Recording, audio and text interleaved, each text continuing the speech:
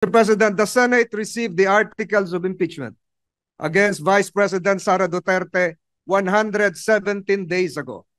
Yet the trial required by Article 11, Section 3(4) of the Constitution to proceed forthwith will begin only on June 11, dangerously close to the end of the 19th Congress. This delay compromises due process and undermines our role as an impeachment court. Under the 1987 Constitution, the Senate of each Congress acts separately and independently of the Senate of the Congress before it. Only 12 senators remain after each election, insufficient to form a quorum. Thus, unlike the U.S. Senate or the Philippine Senate under the 1935 Constitution, we cannot carry unfinished proceedings into the next Congress. Allowing the 20th Congress to take over this trial would be ultra vires or beyond our constitutional power. Jurisdiction over impeachment is exclusive to the Congress that receives the complaint.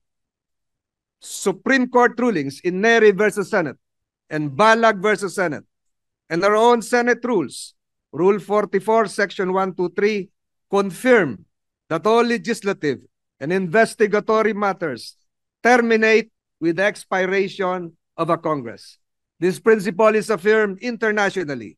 Jefferson's Manual provides that unfinished business do not carry over into a new Congress. If we cannot conclude the trial before June 30, 2025, we must recognize this impeachment case is functionally dismissed by constitutional operation and no action can be taken by the 20th Congress on the matter for lack of constitutional authority. Mr. President, kahit anong pilit, hindi maitatawid, lalo na't kung lalabag sa saligang batas.